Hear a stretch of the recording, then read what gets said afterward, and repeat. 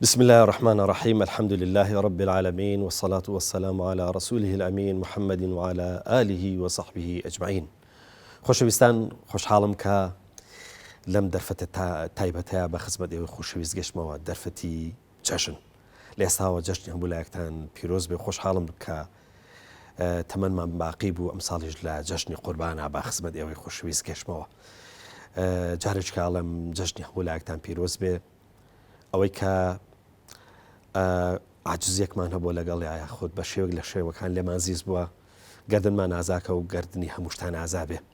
خی گەورە لە هەموو لایەکتانی پیرۆزکە و ڕۆژانی جەژن ئینشاءڵڵا بە خۆشی بەرنەسەر. خۆشەویستان، ئەم جەژنە جەژنی قوربانە. ئێمە زۆر باسی قوربانیەکەین، یاخود قوربانی لە ناو گەلی ئێمە یەکێکە لە شتە گرنگەکان. یعنی هەر کەسێک ئەندازەیەک دەسەڵاتی هەبێ گرنگی بە قوربانیەداوە قوربانی دەکا. ئەمڕۆ من لەم دیدارە تایبەتەیە لەگەڵ زۆر بەڕێز دکتۆر عەدنان هەورامانی ئەمەوێ باس لە قوربانی بکەم، بەڵام ئەوەی بۆمان بکرێت لەگەڵ دکتۆرە بە دیوێکی ترا خزمەتی ئەوەی خۆشەویست دەکەین یا خزمەتی بۆ چوونەکانی ئێواکەین. قوربانی ئەوەی کە لە ڕابردوو ڕوویاوانی بە شێوەیەکی زاهیری یاخودەوەی ڕواڵەتەکەیتی ئێمە بەجێ هێڵی ڕاستەکەی ئەچینە سەر کۆمەڵک پرسیاری ئەو دیوی قوربانی و ڕەهەندە قوڵەکانی و ڕەهەندە ڕەبانیەکانی. بەو هیوای ئینشاءڵڵا بەرنامەکە جێگای سوودی ئێوە بێ و هەروەها ئێوە بتوانن کەڵک لە بەرنامەکە وەرگرن. دکتۆر جان بەخێر بیت و جەژنیشت پیرۆز بێ. جەژنی هەموو لایەک پیرۆز بێت، یەخوە پایدار بێت. سپاس دەکەین. دکتۆر، لە ئەدەبیاتی ئێمە هەتا لە قسەکردنی ئاساییمانە زۆر باسی قوربانیەکەین. ینی هیچ ڕۆژێک نییە لەسەر زاری دایکێکەوە دایانجار قوربانی ڕۆڵەکەی نەبیستین، یاخود باوچێک چەند جارێک قوربانی بەکارنێنە بە شێوەی جیاواز. ئەم زمان ئاساییەی کە ڕۆژانە بەکاری دێنین تاکو زمانی باڵا و ئەدەبیاتی ئێمە و وەکو چامەکەینە لی کە لە قوربانی تۆزی ڕێگەتم. ینی دەمەوێت پرسیار بکەم بزانم ئەم قوربانی و سۆزەی کە لە ناو شەو دەستەواژەی قوربانیا هەیە چەندێ ئیلهامی لەو مەشهەدە ناسک و عاتیفە ئیبراهیم عەلەیهی سەلام و ئیسماعیلی کوڕی وەرگرتووە کە تایە گەنجێک بڕیارە سەر ببڕێ و بێ بە قۆچی قوربانی. حەزەکەم لەوە دەست پێ بکەین. بسم الله الرحمن الرحيم. الحمد لله والصلاة والسلام على رسول الله وعلى آله وصحبه ومن والاه. کاکە پەیوەندیان لە ناخی دڵمەوە لە جەنابت و لە هەموو ئەو خۆشەویستانەی کە ئەم بەرنامەیە ئەبینن پیرۆزبایەکی گەرمی جەژنی قوربانەکەم لە هەمووتان و هەموو ئەوانەی کە ڕۆژە لە ڕۆژان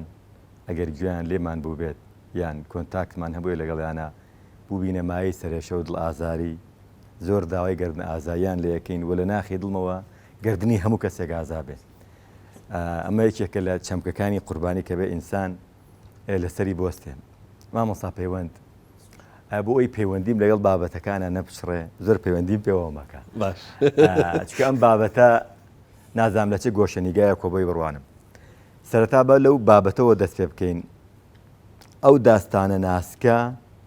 کە باسوخواسێکی وردی قوربانیە بە چڕی لە سوورەتی سافاتە هاتووە.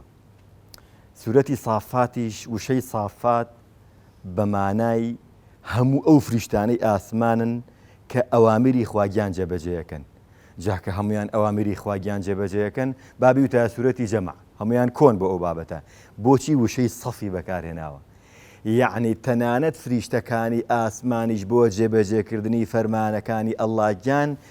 زۆر بڕێکی و بە جوانی و تەنسیقێکی جوان هەیە لە نێوانیانە. هەر ئەمەیە ئەگوازرێتەوە بۆ سەرزەوی کە پێغەمبەری خوا صلی الله علیه وسلم هانمانەیە لە نوێژەکانمان، تەنانەت لە غەزەواتەکانیشە کە باسوخواسی کوشتن و بڕینە ئەبێ بە سەفێکی جوان، حتا ئەگەر یەکێک لە سەحابیەکان تۆزێ وەرگی چوو بێتە پێشەوە بردوێتی دواوە. مەبەستم ئەوەیە بۆ گەیاندنی پەیامەکانی خواگیان ئەبێ ئێمەی بانخواست هەموو ئەوانەی کە ئانەوێ ئەم ئاینە پیرۆزی ئیسلامە وەکو خۆی بگەێنن ئەبێ تەنسیقێک لە قسەکانیانە هەبێ. آخر ئەمڕۆ گەنجی فەقیر گیری خواردو نازانێت باوەڕ بەچی لایەک بێنێ. بابەتی وا کۆنمان بۆ دەمەزەد کراوەتەوە، هەر داعیەک بەنەوعێک باسیەکە، هەر بانخوازێک لە گۆشەنیگایەک هێرشەکاتە سەری. ئەمڕۆ ئەم فەوزایی لە سۆشیال میدیایە دروست بووە، ئێمە ومانان پاشخانێکی ئاینیمان هەیە تا حدێک باشە استقراری ذهنیمان وەرەگرتووە بەس وەڵڵاهی بەزەین بە گەنجێکایە تۆ نازانێت بە چ لایەک ئیمان بێنێ باوەڕ بە چی بکە بۆیە ئەلەمەوە ئەدوازمەوە بەوەی کە ئەبێ بانخواست هەموو ئەوەی کە ڕێ بەخۆی ئەیە دەربارەی ئەم بابەتانەی ئاینی پیرۆزی ئیسلام قسایەکە هەوڵبا لە وحدەتی سەفا بێ قوربانی بە حەزەکانی خۆی بات بەوەی کە بتوانێت بە شێوازێکی جوان پەیامەکەی بگەیەنێ لەم گۆشەنیگایەوە تکاتان لە یەکەم قوربانی بە ناخی خۆتان بن ئەو حەزە نەفسانیە گورگانی کە نالی باسیەکە گورگی ناخی خۆت قوربانی پێ بدە بۆی بتوانی قوربانی حەقیقی بدەیت با بابەتەکان بینەوە سەر بابەتەکەی خۆمان مامۆستا پەیوەند غەڵەتە بڵێن ئیبراهیم حەبیب الرەحمانە ئیبراهیم خەلیل الرەحمانە یعنی دوا قۆناغی خۆشەویستی خوای پەروەردگار کە لە خولەوە هاتووە ئەگەر ئیبراهیمێک 11 صفەتی بۆ هاتبێ لە قورئانە کانە ئومەتەن حەنیفەن موسلیمەن چی ئەم هەموو صفاتە جوانی بۆ هاتووە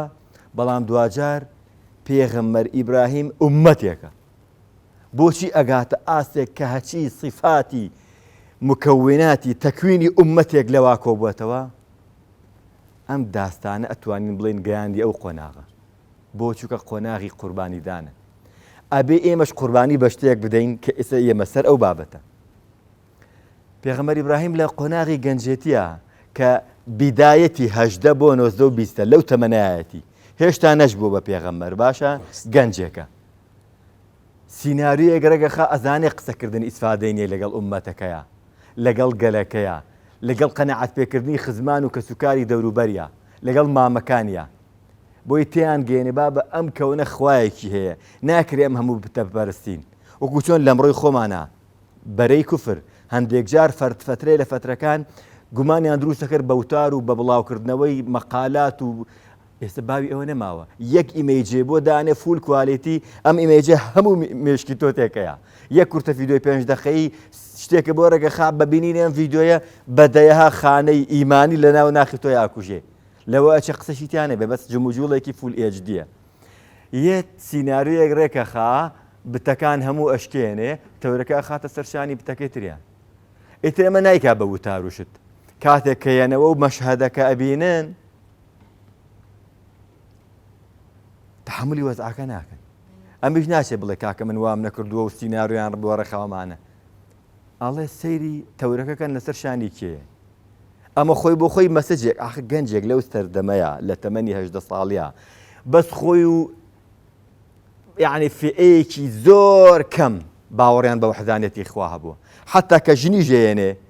ئەو چواردەوەرەی ئەو کە بۆ پێغەمبەر خۆی و هاجرەی خێزانی و ئیسماعیلی کوڕی باوەڕیان بەخوا هەیە ئیترکەسی تریمانی بەخوانێ لەو شوێنەیە ئەوەندە دین نامۆیە ورە بەرنایە ئەمە مەسەجێکیشە بۆ ئەمڕۆی ئێمە کە زۆر کەس ئەڵێ کە بابە کەوتونێتە سەردەمێکەوە بابە ئیمانی چی بابە وەڵڵاهی هێرشێکی عەلامی سۆشیال میدیاتی گەورە کە بەربووەتە ئەم دینە ناتوانانی فریای کەوینا ئەوە تا ئیبراهیمە خۆی تەنیا کە هێشتا لەم مەرحەلەیە بۆ باسەکەم لە مەرحەلەی گەنجایە غەڵەتەوە تێبگەین بڵێن ئاگریان بۆ کردەوە ئاگریان بۆ نەکردێتەوە سەرەتا لە ئاەتەکە ئەفەرمێ چی قالوا ابنوا له بنيانا فألقوه في الجحيم نافرمي فألقوه في النار أصلا يكي لنا وكاني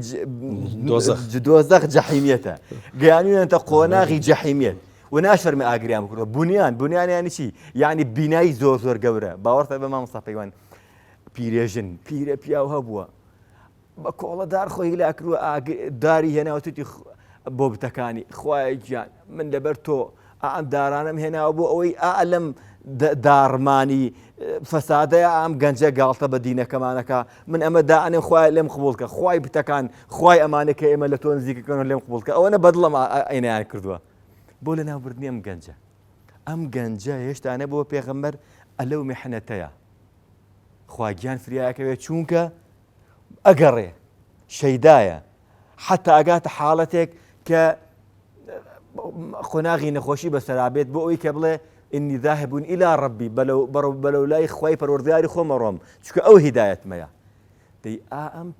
گەنجە ئەگاتە قۆناغێ لە قۆناغەکانی تەمەنی ئەزانی چەند ساڵە زۆربەی سەرچاوەکان دەفەرمن 86 ساڵی تەمەنی لە مەرحەلەی پیریایە ئەم پیرە پێی خۆشە ئیتر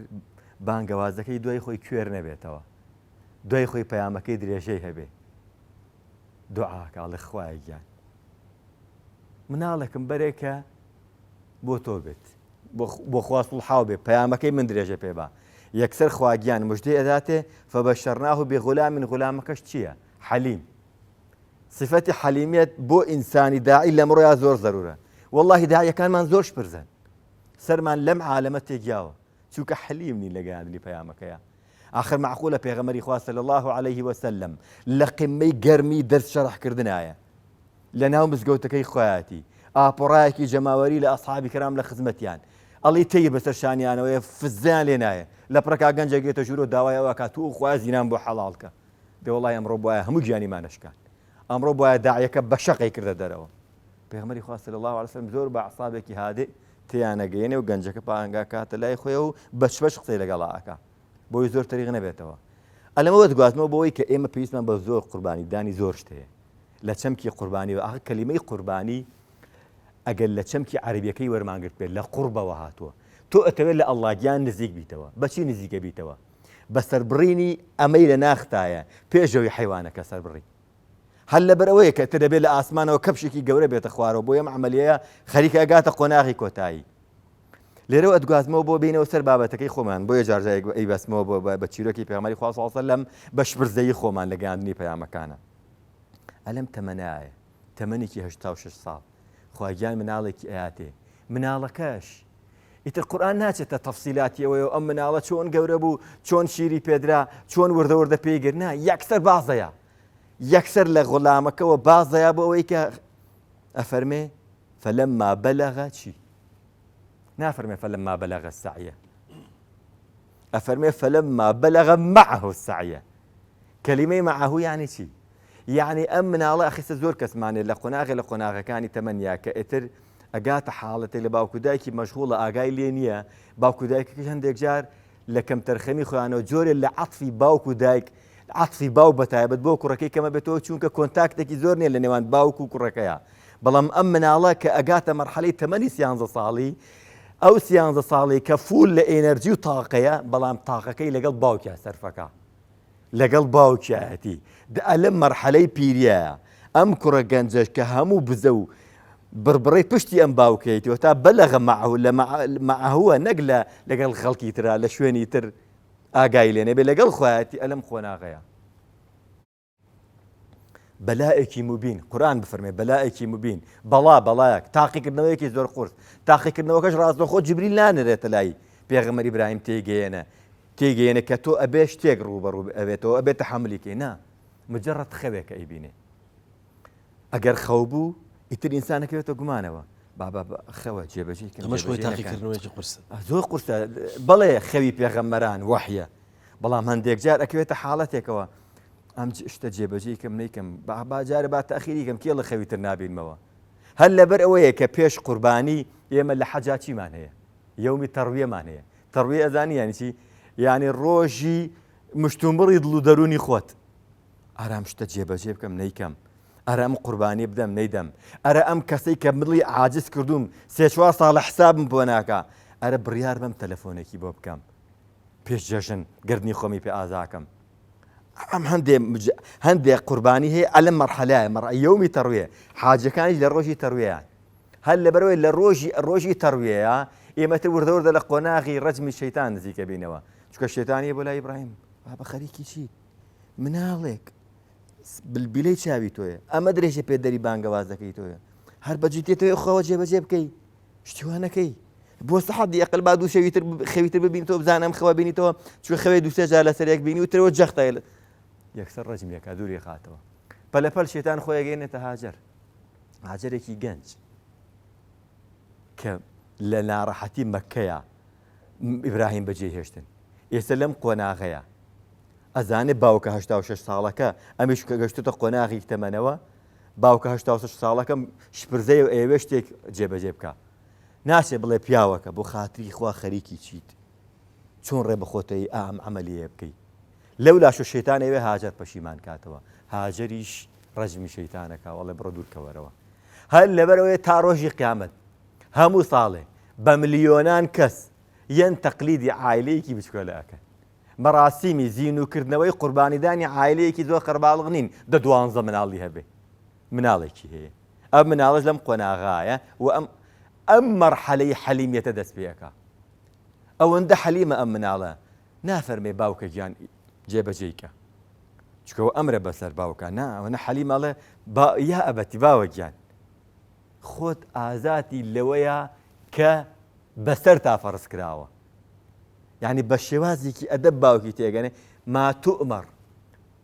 ما نافەرمێ ئەمرت پێکراوە ئەمرت پێ ئەکرێ ئەمرت پێکراوە بە مەبنی لمەجهولە یڵێ نافەرمێ باوکە گیان منیش سابرە بم ئینی سابڕون نا منە الصابرین فەرمێ باوکە گیان کاروانی سابران لە ئادەمەوە دەستی پێ کردووە دڵنیا بە باوکە گیان منیش درێژە پێدەری ئەم کاروانی سابرانە ئەبم یعنی مەبەستم ئەوەیە داستانەکە خۆی بۆ خۆی داستانێکە لێوان لێوە لە چەمکی قوربانیدانی حەس مامۆستا پەیوەند لێرە داستانەکە بۆ بەجێڵم ئەدگوازمەوە بۆ بابەتە فقهیەکە جوانت فەرموو لە سەرەتاوە وترێ من ناچینە سەر بابەتە چەمکە فقهیەکان کام حیوانە بێ بۆ قوربانی چی ئەبێ چی نابێ بەڵام ئەوەندەش بزانە ئێمە سونەتە ئینسانی مسلمان ڕۆژانە قورئانی هەبێ جوزئێک حەدیەقەل 20 دقەیەک نابات خوێندنی جوزئێک بۆیە ئەگەر ئەم دە ڕۆژە پیرۆزە کە شەوانی لەیلتە قەدر پیرۆزترینی شەوەکان بن ئەم دۆ ڕۆژە بە ئیطلاق بە ڕەهایی پیرۆزترین ڕۆژەکانن دا ئەم دە ڕۆژە لە یەکی زیلحەجەوە دەست پێەکە لە یەکی زیلحەجەوە گە لە سورەتی فاتحەوە دەست پێ بکەین فاتحەی خێر بەڕۆڕووی خۆمان ئەەکەینەوە لە دە ڕۆژی زیلحەجەیە کە ئێمە ئەگەر دە جوزء قورئانمان خوێند بێ ئەزانی دەهەم جوزء سورەتی تەوبەیە لەم ڕۆژان لەم دە ڕۆژەیە ئێمە سورەتی ئەلبەقەرە ئەخوێنین الأنعام ئەخوێنین ئەم حیوانانە بەکارێنین بۆ قوربانیدان وایە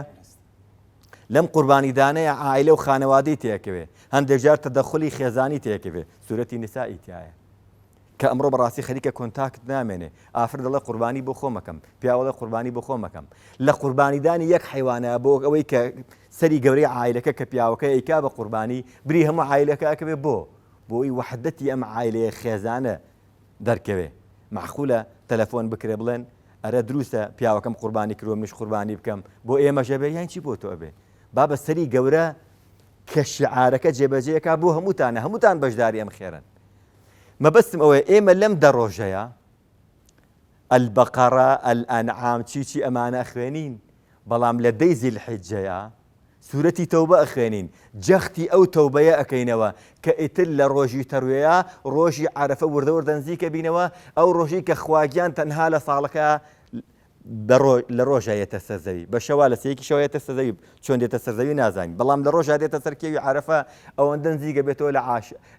لە حاجیان وەکو پەیامێک بۆ حاجیان و بۆ تەواوی سەرزەوی خواگیان بە فریشتەکانی ئاسمان فەرمووی سەری بەندەکانم خەریکی چی بە شاهید بن من وا لێیان خۆشە بم ئەگەر مامۆستایەک چێتە محازەرەوە دوو-سێ جار تەلەبەیەک ببینێت تەخیرە بێ ئەم جارە زۆر بە تووڕەیەوە ئەڵێ ئەوەی دوای خۆم هاتە ژوورۆ نایەکەمە ژوورەوە بەڵام پەیامی خواگیان بەعەکسەوەیە ئەفەرمێ هەموو ئەوانەی لە یەکی زیلحەجەوە مەشغوڵی مۆبایلەکانیان و ئاگایان لە هیچ نییە دەقەینە بە ڕۆژوو نەبووی نۆدانەکە دە ڕۆژی عەرەفە بم بە ڕۆژوو بە بۆ تەکەمە کەفارەتی ساڵی پێشووتر و ساڵی پاشتر یعنی ئەگەر کەفارەتی 24 مانگ بێ یعنی دقەیەک چەند کاتەکە دقەیەک کەفارەتی چەند گوناهی چەند ڕۆژەکە مەبەستم ئەوەیە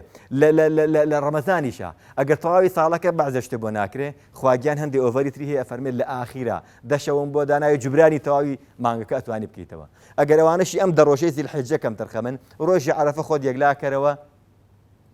یەک نەسائیمی خوای پەروەردگار کە لە فەرمودەکەی ئەفەرمێ ئین لله نەسەمات بۆ خوا پەروەردگار لەحظەهایەکی شنەبای هەیە ئەلەم شنەبایە تۆ قوربانی بە خۆت بە خواگیان زۆر شتت بۆ ئەکا کەواتە دکتۆر با پرسیار بکەم ینی لەم فەرمایشتی جەنابتەوە دەرەکەوێت کە قوربانی هەرەوە نییە کە تۆ ئاژەڵک بێنی و بیکەی بە قوربانی تۆ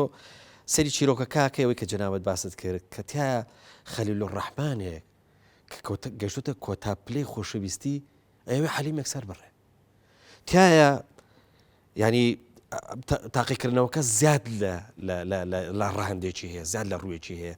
بەڵام ئەو ڕۆژوانەی کە ئەمڕۆ ڕەنگە خزمەتی خێزانەکانمان بکە منێ بەسمەوە بە ئەو تەبایی و بە ئەو تەبایی کە لە نێوانی کوڕ و لە نێوانی باوک و لە نێوانی دایکا هەیە ینی هەڵبەت کە قورئان ئاماژە بە ئیبراهیم عەلەیهی سەلامەکە وەکو هەڵبژێردرا وەکو ئیسماعیل وەکو هەڵبژێردا و حتممە ئیشارەتیشی بە سارە خاتونیش کردووە کە ئەویش وەکو ئافرەتێکی هەڵبژێردا و ئەوەی کە جەنابەت باسی کرد خێزانێکی بچووک بەڵام داستانەکانە بێ بە داستانێکی گەورە کە بۆ تێکڕای مێژووی مرۆڤایەتی درێژەی هەیە چەندێک گرنگە و پەیوەندەی ئەمڕۆ لە نێوانی ئەو پەیوەندە شلە ئەو پەیوەندە خراپەی کە لە تەنیشتی لە نێوانی باوک و کوڕە هەیە لە نێوانی دایک و مەسەلەن بۆن منە لە نێوانی دایک و باوکە هەیە بەڵام سەیرەکە ئەم خێزانە زۆر پتەوە پەیوەندەکانیان زۆر پتەوە یان ئەوەی کە جەنابەت باست کرد ئیبراهیم عەلەیهی سەلام تەمەنی گەشتۆتە ڕوشت گەشتۆتە سەرەوەی تەمەنەکان هەشتا ئەوەندە ساڵە پێخۆشە سێبەرێک بێ لە ژێرا بحەسێتەوە لە کاتێکا کوڕەکەی بەردەوام لەگەڵ یاتی ئاخر تۆ ئەگەر ئێستا کوڕێک بینی بەردەوام لەگەڵ باوکیا بێ عاتیفەی زۆرترە بۆ هەم بۆ باوکی هەم باوکەکە زۆر چاوی لەسرە بەڵام دەمێ بچمەوە سەر ئەو ڕەهەندە خێزانی ئەمە چ پەیامێکی تایە بۆ ئەوەی کە لە قوربانی ئەمەمان لەبیر بێتەوە کە خێزانێک بە یەکگرتووی قوربانیان کرد کە ئەو بوو خوای گەورەش پشتیوانی کردن پرسیارەکە زۆر لە جێ خۆیەتی لە هەموو لۆدە قورسەکانە کە ڕوبەڕووی باوکەکان کە لە دەرەوە ئەبێتەوە ئەگەر لە ماڵەوە پاڵپشتێکی هەبوو یارمەتیدەری ئەم تاقیکردنەوەی بوو هەرگیز پشتی ناکرێت عرس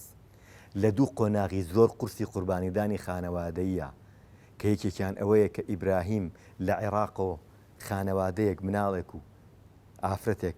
لە بیوادین غێری زیزەرعا بەجێ ئێڵێ لا ئاکاتۆ پیاوەکە هەر بەجددی ئاڵڵاک و ئەمەڕەکە بێهادا ئەمە فەرمانی خواگیانە ئەفەرمێ بەڵێ ئیذەن فەلا یوضەیعونا ئەلەمەشە کوڕ ئەبا بۆ سەربڕین خێزانی یەک دەنێک قسە ناکە چونکە ئەزانێ ئەم بابەتە تەدەخولی ئیلاهی تایە تاقیکردنەوەیەکە خواگیانیش بەندەی خۆی خۆشەوێ ئەلەم دوو قۆناغە قورسەیە پێغەمبەر ئیبراهیم کە ئەبێتە ئومەتێک ئەم ئافرەتە پشتیوانێتی بۆیە بە بۆنەی ئەم ئافرەتەوە ئەبێتە خاوەنی ئەوەی کە خوا غولامێکی حەلیمیان باتێ کە ئەم غولامە دوجار بێتە بیلبیلەی چاوی نەک ئەوەش بە وەفاداری ئەم سەبرەیان خواگیان مناڵێکی تریانەیەتەکە بێتە ئیسحاق و لەم ئیسحاقەش یعقوب و لە یعقوبیش ئەبێتە پێغەمبەر پێغەمبەرانی تر تاوای لێ پێغەمبەر ئیبراهیم ئەبێتە باوکی پێغەمبەران ئەلێرەوە مامۆستا حەز دەکەم بینەوە سەر بابەتەکەی خۆمان بابەتە فقهیەکە بتبەستمەوە بە بابەتە قوربانیەکەی خۆمان بابە حیوانێک سەری ئەڤڕی بۆ قوربانی لە فقها دنیای مەرجومروجی بۆ دانراوە وا بێ و وانە بێ و ئەم عیبەی نەبێ و ئەوەندە ساڵ بێ و بەم شێوازە بێ و کوالیتیەکەی وابێ ئەم حیوانەکەی توێکی بە قوربانی ئەم هەموو مەرجە بۆ حیوانەکە بێ ئەی معقولە عولەمایان بیریان چ ئەی خۆ مەرجی خۆت نابێ خۆش کۆمەڵی مەرج هەیە یا بێ مەرجی یەکەم ئەبێ ئیبراهیم ئاسا قوربانی بکەی مەبەستم چی بە ئیبراهیم ئاسا لە قۆناغەکانی خۆشەویستیەتی ئیبراهیم بۆ خواگیانە لە تەمەنی 86 ساڵیە ئێستا مناڵێک هاتوۆتە دنیاوە خەریکە مەیل و عەتفێکی نەحەد بەدەری ئەم باوکە بۆ ئەو مناڵێ دروستە بێ خەریکە خەلەل لە خولەیەتی حبەکەی ئیبراهیما دروستە بێ ئەلەم لەحظەی پیریەیە زۆر عەتفی بۆ مناڵەکەی هەیە ئەبێ دە ئەم مناڵەکەی بە قوربانی لەمڕۆ شەما مساپەیوەن معقول نییە کەسانێکمان هەن ئەوەی لە ناخیەتی مەوزوعی مادەکەیە مەنسەب و کورسیەکەیە ئەو ڤێلا و پارە و سەرۆت و سامانەی ئێرەی داگیر کردووە ئامادەی لە مەرحەلەکانە قوربانی بدەی بەوەی کە لە ناختایە ئاخر هەندێک جار ئێمە وا ئەزانین بە دوورکەعانیۆ ژیشمان نەهێشتێتەوە بەڵام معقولە خاوەنی سەروەت و سامانێکی زۆرە 5 فەرزە لە مزگەوتایە بەڵام خوشکەکەی محتاجە بەوەی پێویستی بە 2 دەفتەرە مناڵەکەی بنێرێتە دەرەوە ئەم دەسە خاتی گیرفانی خۆی 500,000 بۆ ئەنێرێ ئەوکەی قوربانیە کە سەروەت و سامانێکی زۆرت هەیە ئەو توانی کەفالەتی ئەو کوڕی بکەی حەدیقل بە قەرز و دوایی بە قیس بدەنەوە ئێمە پێویستمان بەو قوربانیە گەورانەیە کە ئەصحابی کرام لەو لەحظەیە کە هاتوون دە خزمەتی پێغەمبەری خوا صلی الله علیه وسلم لەو لەحظەیە ئایەتی لەن تەنالوا البر خوارەوە ئەفەرمێ ئەی پێغەمبەری خوا صلی الله علیه وسلم ئەم مەوزوعی مەقامی بڕە من ئێسم لەم لەحظەیە کۆمەڵێ باخم هەیە بەس ئەم باخەیان جوانترین باخە چووکە نزیکی مزگەوتەکەی تۆیە وە بیرێکی جوانی تایە دێتۆ بە شاهید بە فڕی بە منەوە نییە خانەوادەکەشم بۆیان نێدەستی بۆ بەرن بیکە بە وەقفی مسلمانان ئێمە پێویستمان ئابەم لەم لەحظەیە ئەم قوربانی دانێ پرسیارێکێتە پێشەوە دکتۆر ببورە پرسیارێکێتە پێشەوە کەواتە بۆی ئێمە پێڕستێک بین بە بینەران تۆزێک لە پەرش و بڵاوی دووری خێنەوە ئەڵێن پرۆسی قوربانی ئەم پرۆسە گرینگە ئەم پرۆسە ئیبراهیمیە با بزانین لە چیەوە دەست پێکە و سەرنجام ئەگاتە کوێ یعنی ئەبێ سەرەتایەکی هەبێ بەتەکید چونکە دکتۆر پێچێ پرۆسی ئاژەڵ سەربڕین کۆتایی بێ لا ئێمە بەداخەوە ینی پرۆسی سەربڕینی ئاژەڵەکە پرۆسی یەکەمە بەڵام کە سەیری قسەکەی ئیبراهیم عەلەیهی سەلامەکەی ینی ئاژەڵ سەربڕینەکە جۆرێکە لە کۆتایی ینی ئەو دیمانانە کێتە بەرچەومان ینی لە کۆتاییە کۆی پرۆسەکە تەواو بۆ هەموو تاقیکردنەوەکانی ئیبراهیم هەموو قوربانەکانی داوە لە کۆتاییە خوای گەورە و فەزڵێک ئەمەی پێشکەشەکە و ئەیکا بە قوربانی قسەکەمان لەسەرەوەیە پرۆسی قوربانیە بێ لە چیەوە دەست پێ بکاو بگاتە چی ئەم پرۆسە پیرۆزە مەزنە خاڵی یەکەم بەوە ئەبێ کە لێوان لێوبی لە سەبر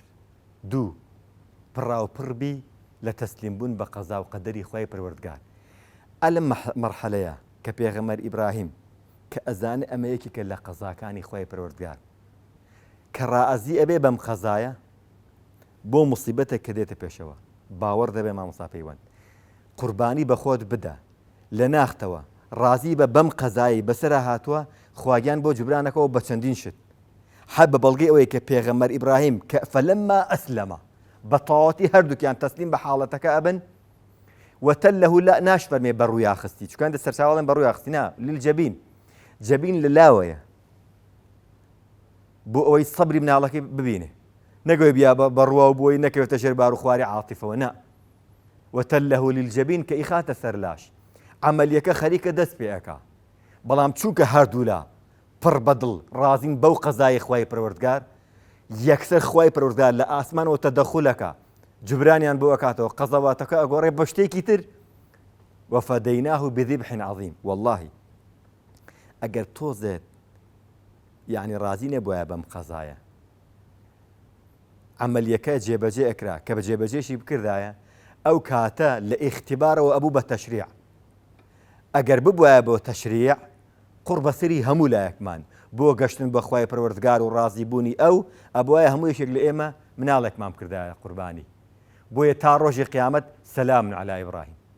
سڵاو لەو پێغەمبەر ئیبراهیمە بێت کە ڕازی بوو بە قەزای خوای پەروەردگار خواگیان یەکسەر بۆی گۆڕی بە شتێک ئەوە تا ئێمە بۆ گەشتن بە خۆی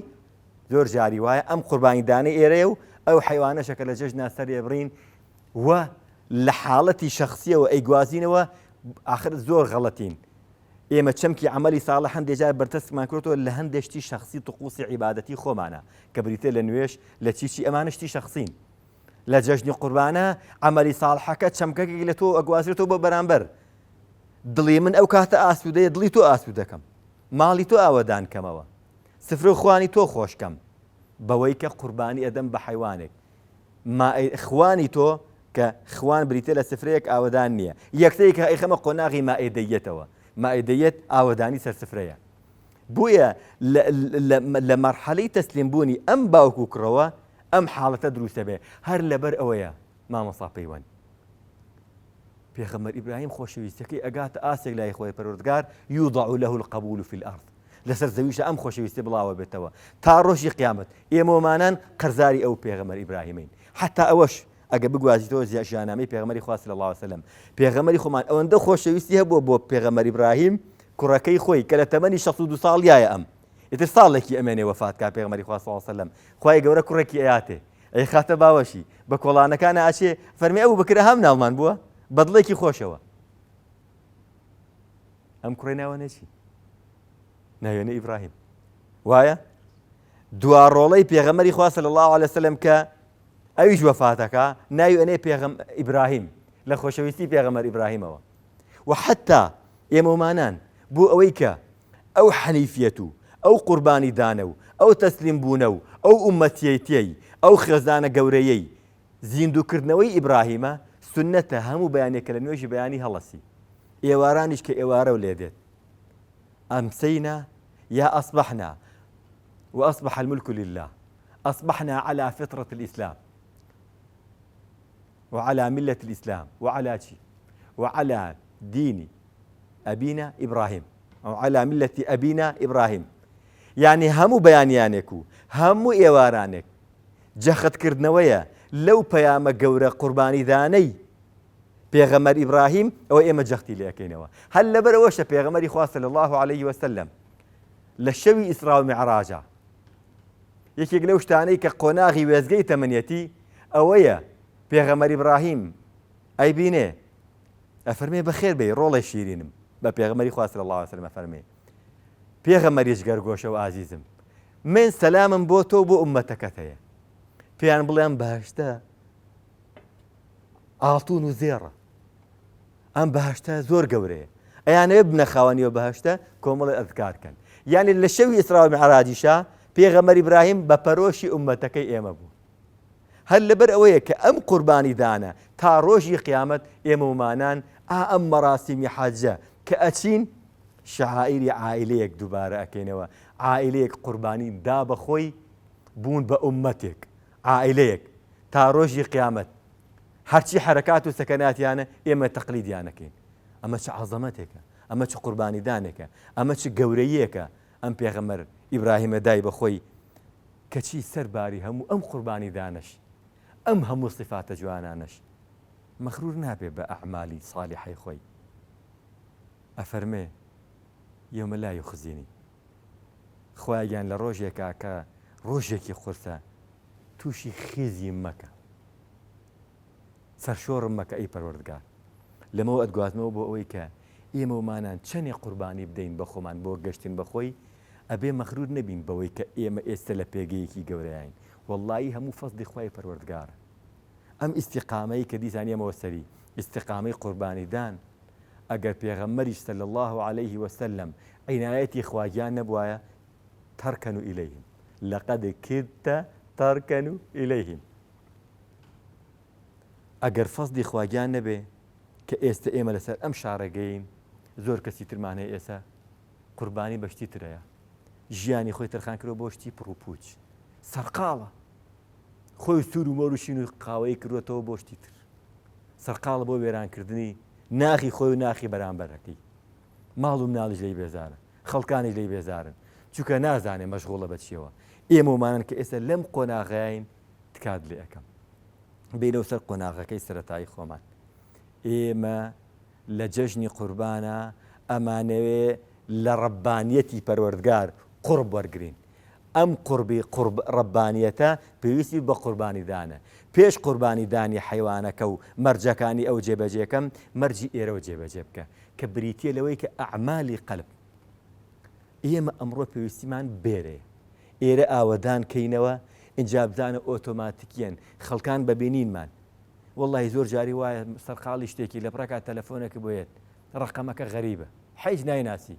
مامۆساگیان ئەم ڕقەمم لە فڵانە کەس وەرگرتووە وەڵڵاهی هیچ ئیشم پێت نییە لەبەرخوا خۆشمەوەی ئاخر ئەمە چی وای لەو کابرایە کرم تەلەفۆنە بۆ تۆ بکاو لەبەرخوا خۆشمەوەی. وەڵڵاهی دڵنیا بەلەوەی کە لە هەندشتی ئێرەی خۆت قوربانیت داوە خواگیانی جووضع له القبول لەسەر زەویا قبولی وەرگرتووە بۆت ناخی خۆت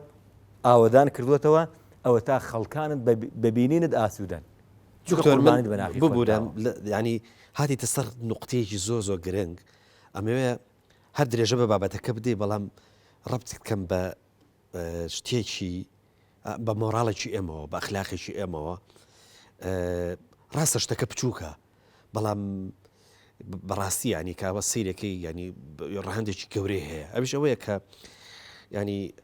ئێمە مرۆڤین زۆر جار لە یەکتری عاجزە بین ینی هۆکار زۆرە بەوەی کە عاجزیمان لە نێوانە هەبێ بەڵام یەکێک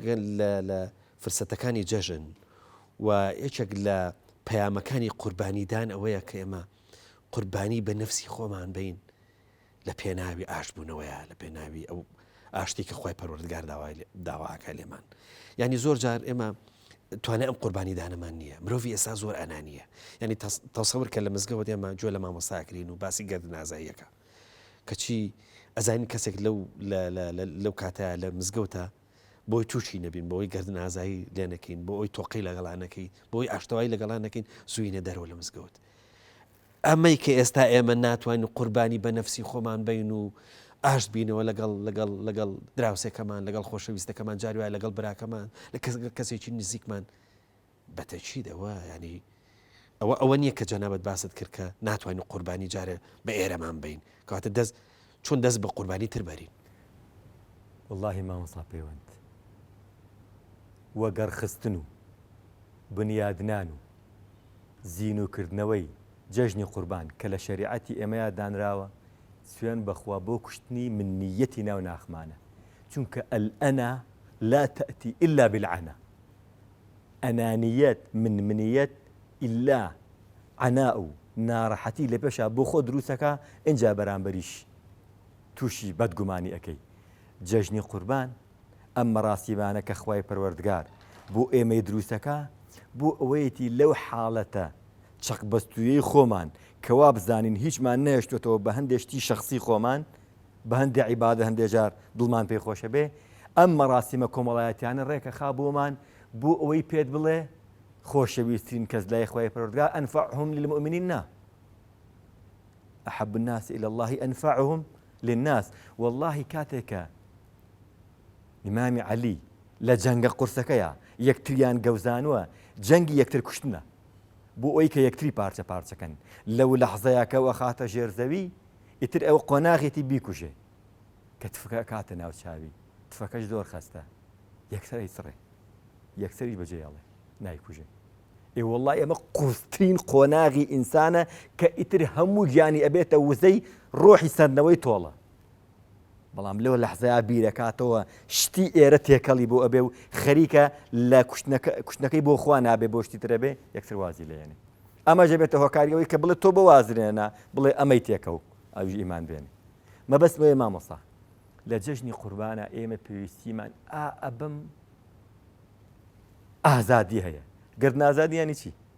ئەخ گرد ئازادیانی چی؟ یعنی گردنی تۆ تەوقە بە دنیایەک نەخۆشی دەرونی کە ڕۆحی تۆڵە و تیا بەهێزەکەن ئەو بوای نەکرد من بۆ وا بکەم ئەبێ دەستێکی دابم هەستکا کە من هەم چیچی هەموو ئەم شتانە کە بریتین لە بەخێوکردن و دەوڵەمەندکردن و گەورەکردن و خەڵەوکردنی ڕۆحی تۆڵە لە جەژنی قوربانە هەموو ئەمانە سەربڕ سەریان بڕە لە ناویان بەرە لە ناویان بەرە ئینجا بزانە ئەو 444 دەموچاوت نابێتە حاڵەتی گەشی دەموچاو آخر بەجددی ئەگەر تەوقەیەکی دەست تەوقەی ناخی لەگەڵانە بێ ئەمەش جۆرێکە لە نیفاق کە خەریکە بڵێم لە جەژنی قوربانیشە ئەم حاڵەتمان هەیە بۆ خۆمان نین پارەی کەمی پێبەشتی گرانەکڕێ جێژنە بانەڵێن حاڵەتی با ئەم بانەڵێنە دیسان قوربانیەکەی ئێرەی کاڵ کردەوە دیسان مەرجەکانی ئێرەی لاواز کرد دیسان جاری واشەیە بەجددی حیوان سەرڕوونەکەشی خستە خەلەلەوە چونکە دوجار ئێمە ئەوانەی کە مەشغوڵن بە حەجەوە لەوێ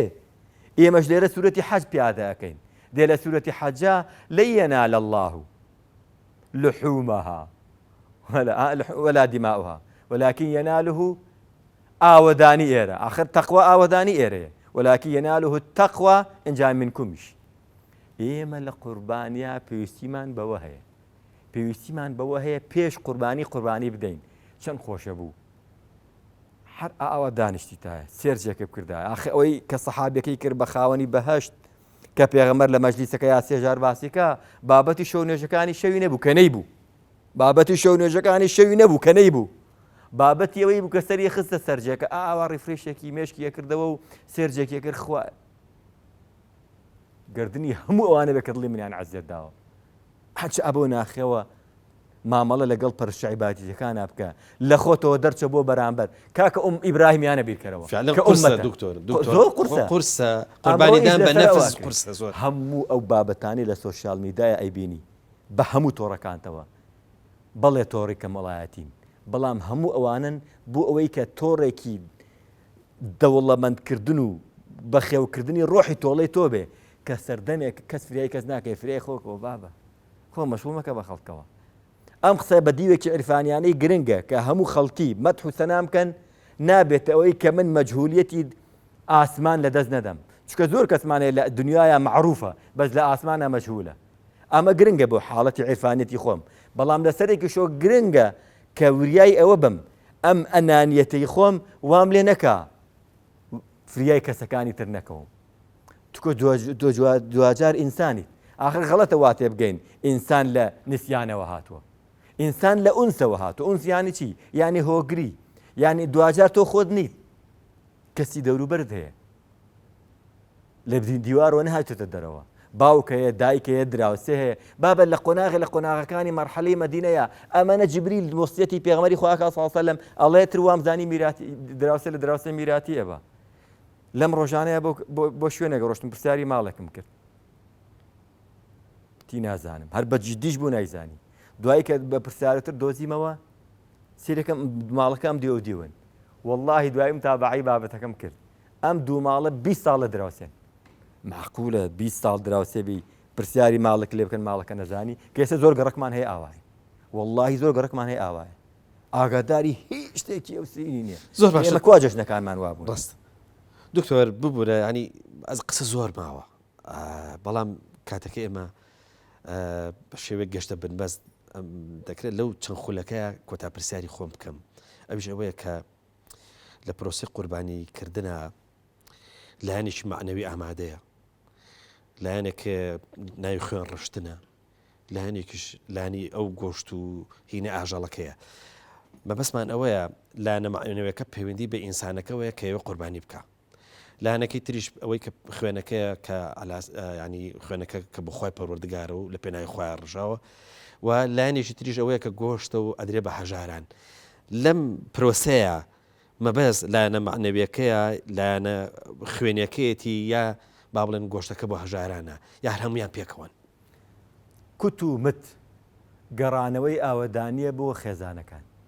کوت و مت بۆ دروستکردنەوەی پەیوەندی بەهێزی نێوان خەڵکەکانە کوت و مت بۆ سەربڕینی گورگی ناخمانە ئەوە قوربانیە یعنی ئەگەر ئەمە ئەومان کرد قوربانیمان کردووە ئەگەر ئەوەمان نەکرد قوربانیمان نەکردووە ئەومان لە قۆناغی قوربەکە هێشتا ماوەمانە نەگەیشتنێتە قوربی ڕەبانیەتەکە ئەرە وەڵانەمان کردووە دکتۆر لە کۆتایە چیت هەیە بۆوانەی کە قوربانیەکەنی ئینشاءڵڵا خوان ئامادە کردووە لە ڕۆژی جەژن بەدواوە ئاژەڵەکانی خۆیان سەر ببڕن و ئێستا جوان لە بەرنامەکەیە چ وەسیەتێکت بۆیان هەیە چ پەیامێکت بۆیان هەیە باوەڕت هەبێ مامۆستا پەیوەند هەموو ئەوانەی کە لە قۆناغەکانی تەمەنی ئیبراهیما کەوتمان خۆشەویستین شتەکەی ئەولادەکەی بوو ئەمیش ئیتر دەستەکە بە گیرفانی خۆیان و مەبلەغێکی جوان مەبلەغێکی باش دەست نیشانەکە لەوەی کە ئەتر وە ئازانێ ئینە ئینسانە ئەو پارەی ئەیژمێرەوە ئازانە خولودێتی هاتێ کە نە خولودێتی نایاتێ واللهی لەو لەحزەیە کە سەری ئەبڕیت و لەو لەحزەیە شاکە گۆشتەکە تەوزیعەکەی هەر لە خۆیان پرسەبزانە چه حاڵەتێکی ئاوەدانی دڵ و دەرونیان بۆ دروستە بێ ئێمە ئەمڕۆ پێویستیمان بەوەیە ئەم دڵانە ئاوەدانکەینەوە ئاوەدانی ئەم دڵ و دەرونە بەچی ئەبێ بەوەی خەڵکان ببینینت بە هەڵس و کەوتت بە کردەوەکانت بە بەخشینەوەی چاکەکانت ئاخە بەخشینەوەی چاکەکان هەندێکی مادیە هەندێکی دەموچاوی جوانە هەندێکی ئاوەدانکردنەوەی سفرە خوانی ئەوە ئێمە پێویستیمان بەوە هەیە ئەم دڵانە ئاوەدانکەینەوە خانەوادەکان ئاوەدان ببنەوە جارێکی تر لەگەڵ یەکترا دانیشتنەوە پرۆسی ئولفەتیشە دکتۆر حساب و کتاب بۆ سەرکردەی خێزان بکرێتەوە چونکە خەریکە سەری یەکەم کە کەسی گەورەیە لە خانەوادەکەیە پێگەی لاواز دەکرێت کە پێگەی لاواز کرا ئەو کاتە پەرتەوازەیەک لە خێزانەکانە دروستە بێ کە پەرتەوازەی لە خێزانەکانە دروست بوو لە قۆناغەکانە هەندێک شتەیە لە سەرتاوە چارەسەر نەکرد لە دەست دەرەچێت کە لە دەست دەرچوو حەلی زۆر قورسە بێت سپاس دەکەین دکتۆر جان هەستی شەکەی کە لە پرۆسی قوربانیە ئولفەتێکی زۆر هەیە یەکەم تۆ خوێنەکە ڕێژی بۆ لە پێناوی خۆی پەروەردگارە ئولفەتێکە لە بینی خۆت و خۆیە کە گۆشتەکەش دابەشەکەی بەسەر هەژاران و هەروەجار بەسەر دراوسەکان تا ئەگەر مەرجیژنی هەر هەژاریش بن سەرەکەی ئولفەتێکی زۆرتر دروستە بێت لە نێوانی کۆمەڵگاکە و لە ناو خەڵکیە بۆ هیوای ئینشاءڵڵا ئولفەتێکی زۆر و محبەتێکی زۆر لە ناو خێزان و لە ناو گەڕۆک و لە ناو شارەکانی ئەمە دروست بن لە جەژنی قوربانە سپاس دەکەین دکتۆر عەدنان هەورامانی سپاس کە لە بەرنامەکە ئامادە بوویت یاخوا پایەدار بن من زۆر سپاس دەکەم پەیوەندی و نەپسڕیم لە بابەتەکان ئێستا پەیوەندی بە خۆتەوە ئەەکەمەوە بە دڵ پێتەڵێم گردنە ئازابێ و لە ناخی دڵمەوە داوای گردن ئازایی لە هەموو کەسێکەکەم خۆی پەروەردگار ئەم جەژنە بکاتە مایەی سەربەرزی و سەرفرازی و شکۆمەندی هەموو لایەکمان بەخوای گەورەتان ئەسپێرم گەری جناویشدا ئازابێ ئینشاءالله و خوای گەورە ئینشاءالله مۆفەقت بکە. بەڵە خۆشەویستان بەم شێوەیە گەشتینە کۆتایی بەرنامەکەمان تاکو بە گەشتنەوەیەکی دیکە هەمووتان بەخوای گەورە ئەسپێرین خواتان لەگەڵ و جەژنتان پیرۆز و گەردنمان ئازاکە.